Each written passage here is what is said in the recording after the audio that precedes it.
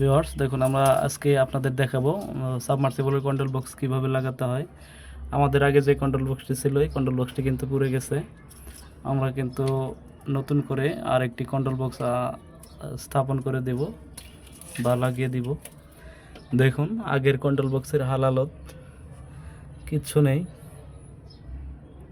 আমরা এখন যে নতুন কন্ট্রোল বক্সটি আছে সেটি কিন্তু আমরা আজকে এখানে লাগিয়ে আপনাদের দেখাবো। আমাদের ভিডিওটি শুরু থেকে শেষ পর্যন্ত দেখতে থাকুন।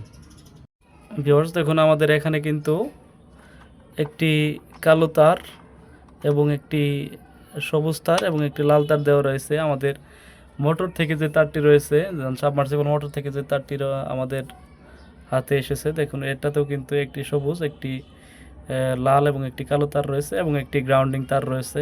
আমরা এখানে কিন্তু তিনটি তার এই কালার কোড ম্যাচিং করে লাগিয়ে দিব, তাহলে কিন্তু হয়ে যাবে।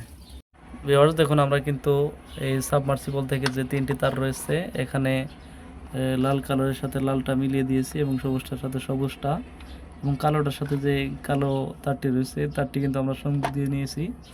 এবং আমাদের যে গ্রাউন্ডিং তারটি রয়েছে, দেখুন গ্রাউন্ডিং তার এখানে কিন্তু দেওয়া নেই, আমাদের এটার ভিতরে গ্রাউন্ডিং তার দেওয়া নেই, সেজন্য কিন্তু আমরা মোটরের সরাসরি গ্রাউন্ডিংটি কিন্তু এখানে যে আমাদের সোর্স থেকে যে গ্রাউন্ডিং তারটি রয়েছে সেই গ্রাউন্ডিং তারের সাথে মোটরের গ্রাউন্ডিং তারটি আমরা কিন্তু লাগিয়ে দিব।